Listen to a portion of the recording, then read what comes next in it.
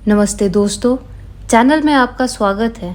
आज सुनेंगे मनु भंडारी जी की लिखी कहानी स्त्री सुबोधनी।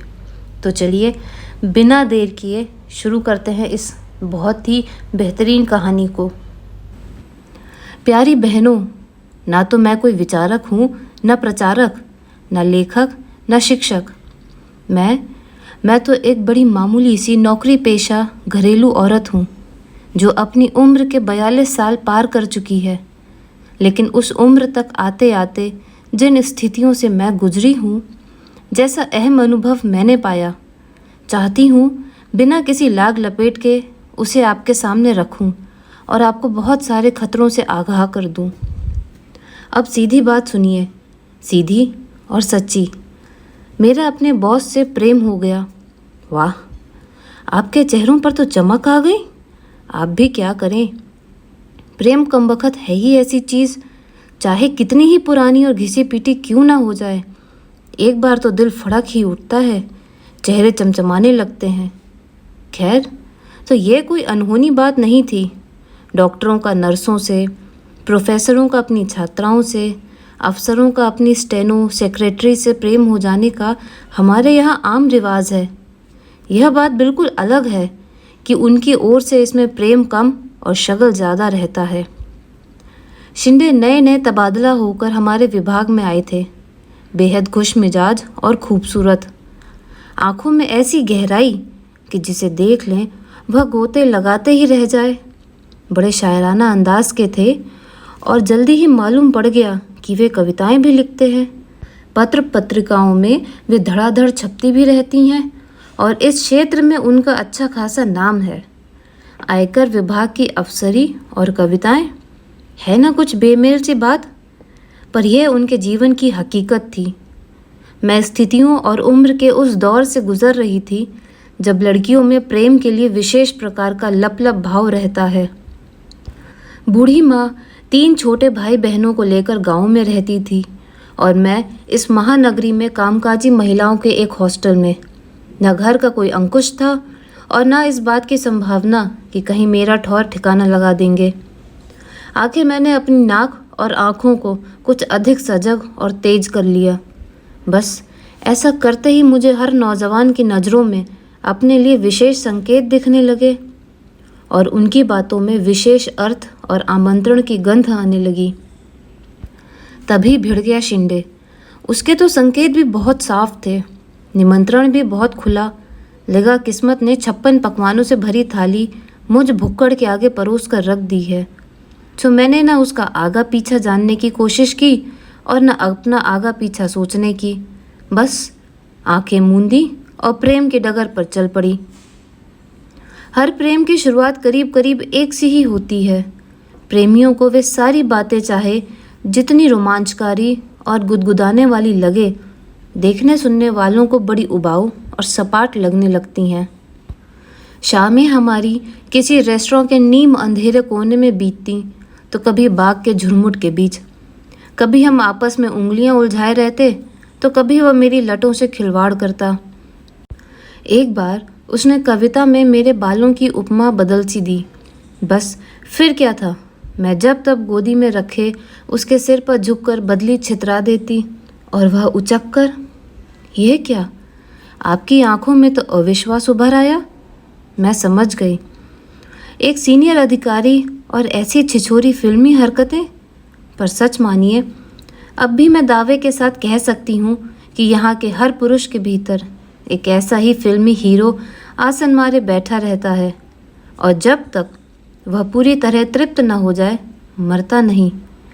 उम्र के किसी भी दौर पर, उस समय चाहे वह 6 बच्चों का बाप ही क्यों ना हो, जरा सा मौका मिलते ही भड़बड़ा कर जाग उठता है और पूरी तरह अपनी गिरफ्त में जकड़ लेता है। फिर बड़ी बड़ी तोपें तक ऐसी बचकाना और बेवकूफ़ाना हरकतें करती हैं कि बस तौबा, ना कोई शर्म, ना उम्र का लिहाज। आजकल की लड़कियों ने उस राज को अच्छी तरह समझ लिया है। पर मैं तो उन बहनों को सावधान करना चाहती हूँ जो शादी के पहले ही उस हीरो के चंगुल में आकर अपने को चौपट कर लेती हैं। हाँ, तो मैं पूरी शिंदेमई हो गई, पर तभी एक भयंकर झटका लगा, बल्कि कहूँ कि जो लगा उसके लिए झटका शब्द हल्का ही है। मालूम पड़ा कि शिंदे की एक अदद बीवी है जो पहली बार पुत्रवती बनकर 5 महीने बाद अपने मैके से लौटी है, यानी एक अदद बीवी और एक अदद बच्चा। मुझे तो सारी दुनिया ही लड़खड़ाती नजर आने लगी। लगा मैं बहुत बड़ा धोखा खा गई हूँ। मेरे भीतर गुस्सा बुरी तरह बलबलाने लगा। बीवी बच्चे के रहते मेरी ओर प्रेम का हाथ बढ़ाने का मतलब? मैंने जब भी उससे घर और घर वालों के बारे में पूछा, वह 3-4 शेर दोहरा दिया करता था, जिनका शाब्दिक अर्थ होता था, मेरा ना कोई घर है, ना दर, ना कोई अपना, ना पराया। इस जमीन और आसमान के बीच मैं अकेला हूँ, बिल्कुल अकेला। पर मेरे लिए इन शेरों का सीधा साधा अर्थ था, हरी झंडी, लाइन क्लियर। सो मैं सपाटे से चल पड़ी, बल्कि चलने में थोड़ा फुर्ती भी की। आप तो जानती ही होंगी कि इस उम्र तक शादी ना होने पर लड़कियों में एक ख़ास तरह की हड़बड़ाहट आ जाती है। चाहती हैं जैसे भी हो जल्दी से जल्दी प्रेमी को पूरी तरह कब्जे में करके पति बनाकर अपनी टेंट में खोस ले। मैं भी इसी नेक इरादे से लपक रही थी कि बीच में ही औंधे मुंह गिर गई। पर गिरने नहीं दिया शिंदे ने, हाथों हाथ झेल लिया। उसने बिना किसी को मौका दिए मुझे बाहों में भर लिया और धुआंधार रोने लगा। पिता के दबाव में आकर की हुई शादी मेरे जीवन की सबसे बड़ी ट्रेजेडी बन गई। बीवी के रहते भी मैं कितना अकेला हूँ। 2 अजनबियों की तरह एक छत के नीचे रहने की यातना। ऐसी ऐसी बातों के न जाने कितने टुकड़े आंसुओं में भीग भीग कर टपक रहे थे। मेरा विवेक मुझसे संकल्प करवा रहा था कि लौट जाओ, इस दिशा में अब एक कदम भी मत बढ़ो। मैं रो रो कर अपना संकल्प दोहरा रही थी, वह रो रो कर अपना दुख दोहरा रहा था। इसी तरह हम 2-3 बार और मिले, वही बातें, वही रोना।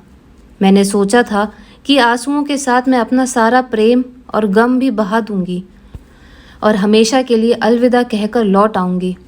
पर हुआ एकदम उल्टा। आंसुओं के जल से सींचकर प्रेम की बेल तो और ज़्यादा लहलहा उठी।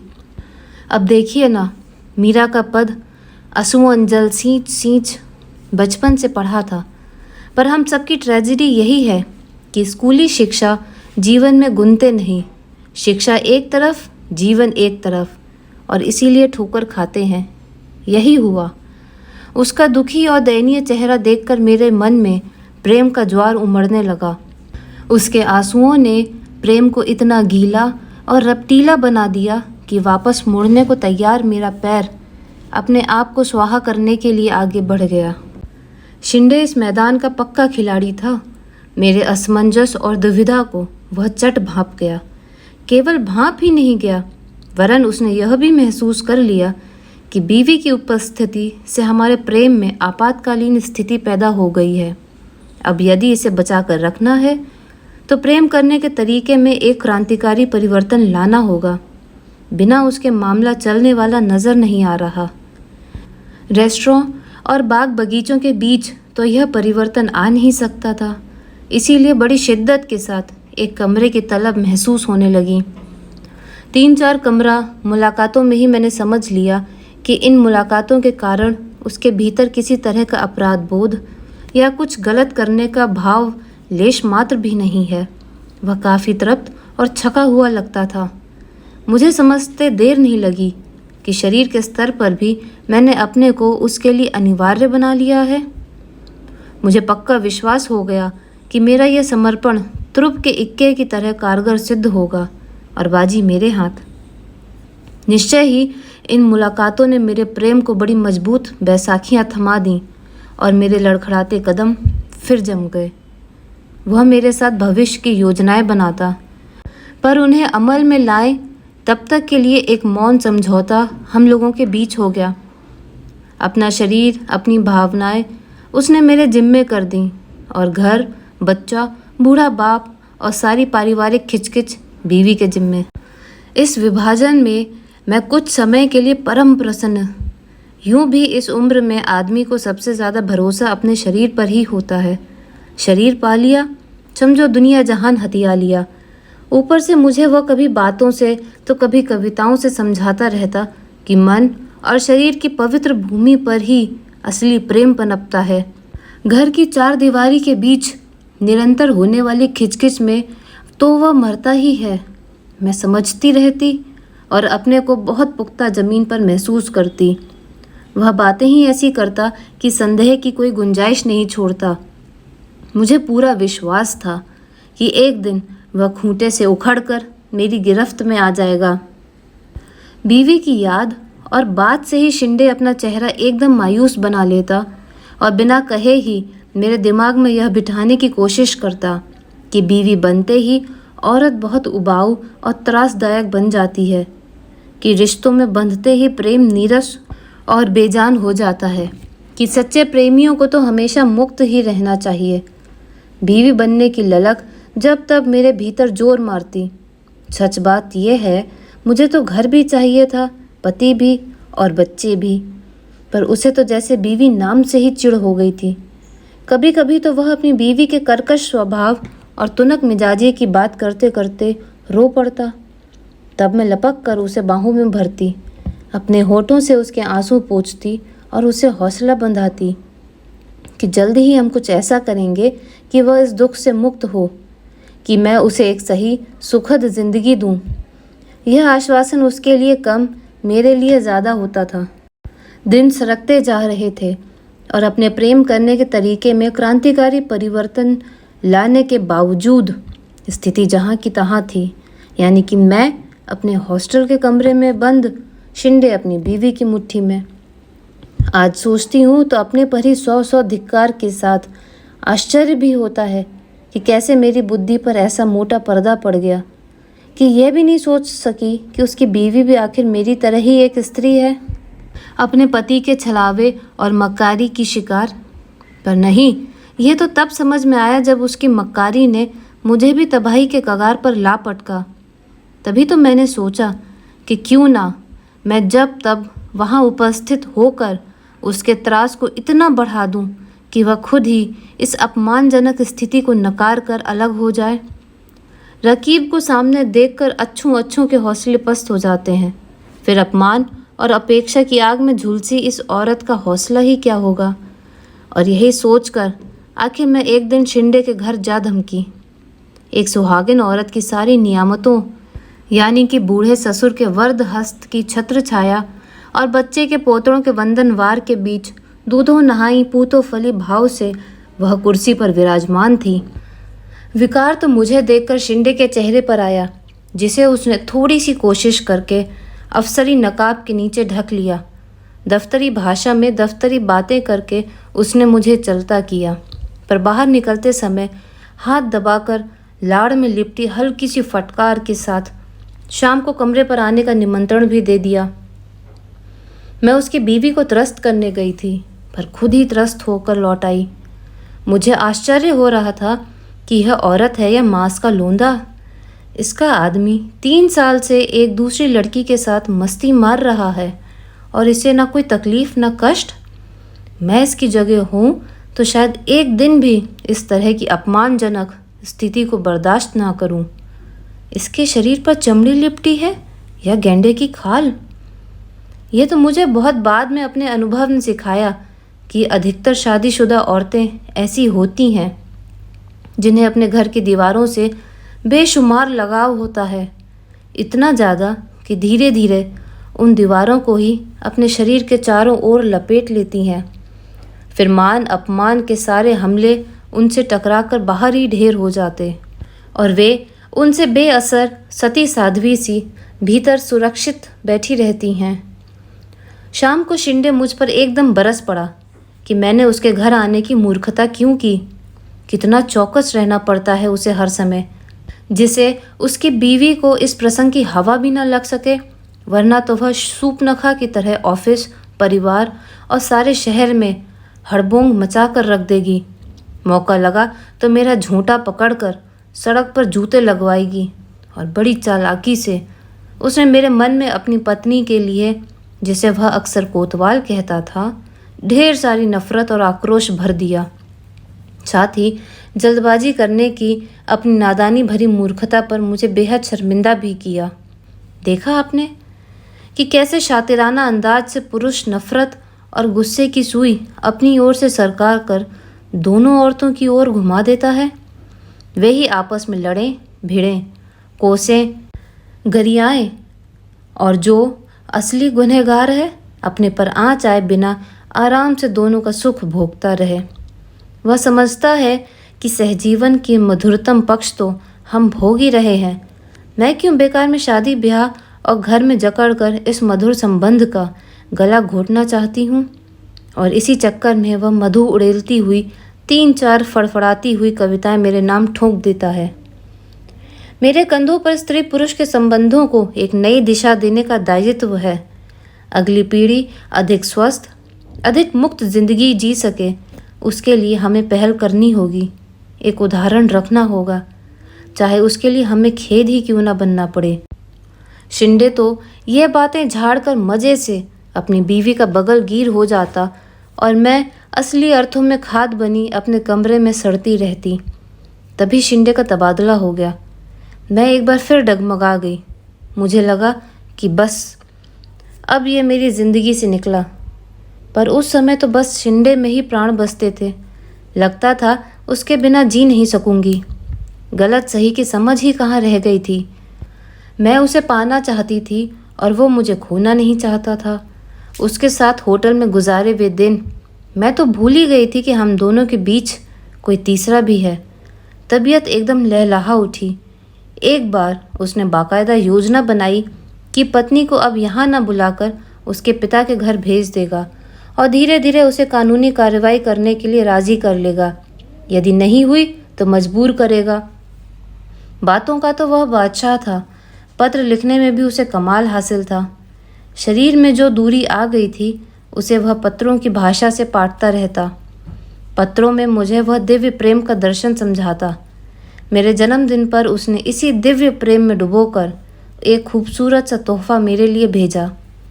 कभी वह चांदनी रात के गीत लिखकर भेजता, तो कभी साथ बिताए मधुर क्षणों की याद को ताज़ा करने वाली कविताएं। उसने आंखों में सचमुच के आंसू भरकर कहा कि मैं ही शिंदे की प्राण हूँ, शिंदे की प्रेरणा हूँ। घर परिवार के अतिरिक्त शिंदे का जो कुछ भी है, और वही तो असली शिंदे है, वह उसने मुझे पूरी तरह सौंप रखा है। और तुरंत उसने अपनी बात का प्रमाण पेश कर दिया कि मुझे समर्पित किया हुआ अपना नया कविता संग्रह हाथ से लिखा हुआ था प्राण को। उसकी प्रेरणा और प्राण बनने का हश्र यह हुआ कि वह तो दिन दूना रात चौगुना फलता फूलता रहा। धन, यश, सफलता, मान सम्मान सभी का मालिक, और मैं भीतर ही भीतर झुलस कर काठ का कुंडा हो गई, सब ओर से मरी, मुरझाई, टूटी और परस्त। मैं समझ गई कि मैं बुरी तरह ठगी गई हूँ। धीरे धीरे उम्र की बढ़ोतरी और ऑफिस और दुनियादारी की निरंतर बढ़ती जिम्मेदारियों के बीच शिंदे की रोमानी ज़रूरत घटती चली गई। परिणाम यह हुआ कि हमारे बीच चलने वाले पत्रों की संख्या कम और मजमून मौसम के सर्द गर्म होने पर आकर टिक गया। 8 साल तक चलने वाला प्रेम प्रसंग महज एक खिलवाड़ था, जिसकी बाजी बड़ी होशियारी से शिंदे ने बांटी। भ्रम जाल के करते ही नज़र साफ हुई तो बाजी में बटे हुए पत्तों का यह नशा रह रहकर मेरी आंखों में उभरने लगा। तुरुप का इक्का यानी घर उसके पास, तुरुप का बादशाह यानी बच्चा उसके पास, तुरुप की बेगम यानी बीवी और प्रेम करने के लिए प्रेमिका उसके पास, तुरुप का गुलाम यानी नौकर चाकर गाड़ी बंगला उसके पास। लब्बो लुवाब यह कि तुरुप के सारे पत्ते उसके पास और मुझे मिले उसके दिए हुए छक्के पंजे यानी टोटके की तरह पुड़िया में बंधे, दार्शनिक लफाजी में लिपटे हवाई प्यार के चंद जुमले। इन टटपुंजिया पत्तों के सहारे मैं ज़्यादा से ज़्यादा इतना ही कर सकती थी कि ज़िंदगी भर उसकी पूंछ पकड़ते रहती और उसे ही अपनी उपलब्धि समझ समझकर संतोष करती। मन बहुत घबराता तो उसी पूंछ से हवा करके समय के साथ बिताए मधुर क्षणों पर जमी उस समय की धूल को उड़ाकर कुछ समय के लिए अपना खालीपन भर लेती। निहायत हवाई बातें पल्ले से बांधे बांधे मैंने अपनी ज़िंदगी को बर्बादी के कगार पर ला पटका था। अब चाहती हूँ ठेठ दुनियादारी की बातें अपनी हजार हजार मासूम किशोरी बहनों के पल्ले से बांध दूँ, जिससे वह मेरी तरह भटकने से बच जाएं। इस देश में प्रेम के बीज मन और शरीर की पवित्र भूमि में नहीं, ठेठ घर परिवार की उपजाऊ भूमि से ही फलते फूलते हैं।